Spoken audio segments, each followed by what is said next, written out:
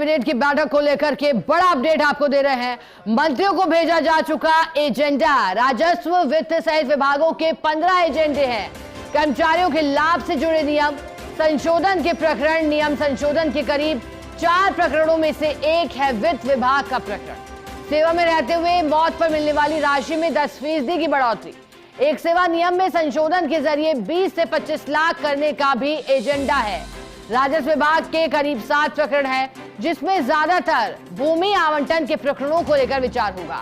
तबादलों को लेकर छूट यूपीएस का नहीं है एजेंडा, लेकिन मंत्रिपरिषद की बैठक में अनौपचारिक चर्चा इस पर संभव है।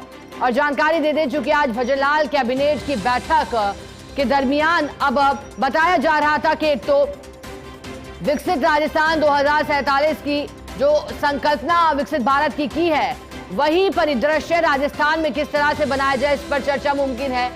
विकास की गति को बढ़ावा देने की चर्चा मुमकिन है।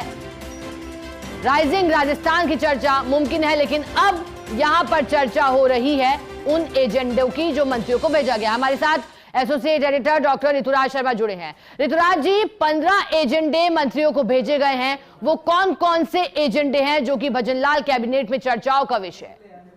देखिए शिखा, ये करीब 15 एजेंडे हैं और जिसमें राजस्व और वित्त के एजेंडे हैं। वित्त में भी वो एजेंडा जिसमें नियम संशोधन जुड़ा हुआ है कर्मचारियों के लाभ से को लेकर, जो कि बजट घोषणा है भजनलाल सरकार की, उसका अनुमोदन होगा।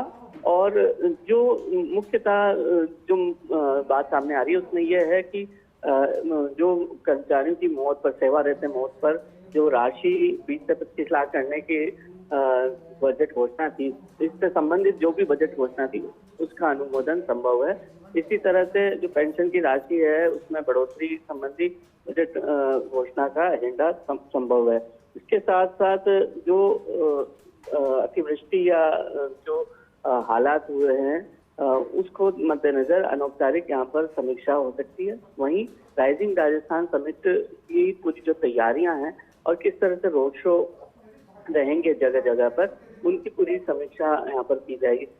मुख्य तौर पर राजस्व विभाग के वो प्रकरण हैं जिसमें भूमि आवंटन किया जाना है और या फिर कोई नियम बदलाव किए जाने हैं भूमि आवंटन को लेकर, क्योंकि पूरा फोकस इस समय भजनलाल सरकार का निवेश को लेकर है कि ज्यादा से ज्यादा निवेश राजस्थान में कैसे आए और जिससे कि जो रोजगार है वो उपलब्ध हो सके, साथ ही साथ एक वातावरण बने उद्योग का, निवेश का, इसको लेकर पूरा फोकस है। बाकी जो एजेंडे हैं वो एजेंडे जो बजट घोषणा की क्रियान्विति को लेकर हैं कि बजट घोषणा की क्रियान्विति में जो कर्मचारियों के लाभ को लेकर जो एजेंडे हैं वो यहाँ पर रखे जाएंगे। एक चर्चा यह भी सामने आ रही थी कि यूपीएस को लेकर भजनलाल सरकार कोई निर्णय करे या तबादलों के छूट को लेकर निर्णय करे, तो एजेंडे में यह शामिल नहीं है, लेकिन यह माना जा रहा है कि हो सकता है कि अनौपचारिक चर्चा के दौरान मंत्री या मंत्री इसको उठाएं, इस मुद्दे को उठाएं और इस पर कोई अनौपचारिक चर्चा मंत्रिपरिषद की बैठक में हो, तो यह बहुत माना जा रहा है, बहुत संभव है। लेकिन जो मुख्य हैं वो 15 करीब एजेंडे हैं। ठीक है ऋतुराज जी, शुक्रिया आपका साथ जुड़ने के लिए, जानकारी के लिए।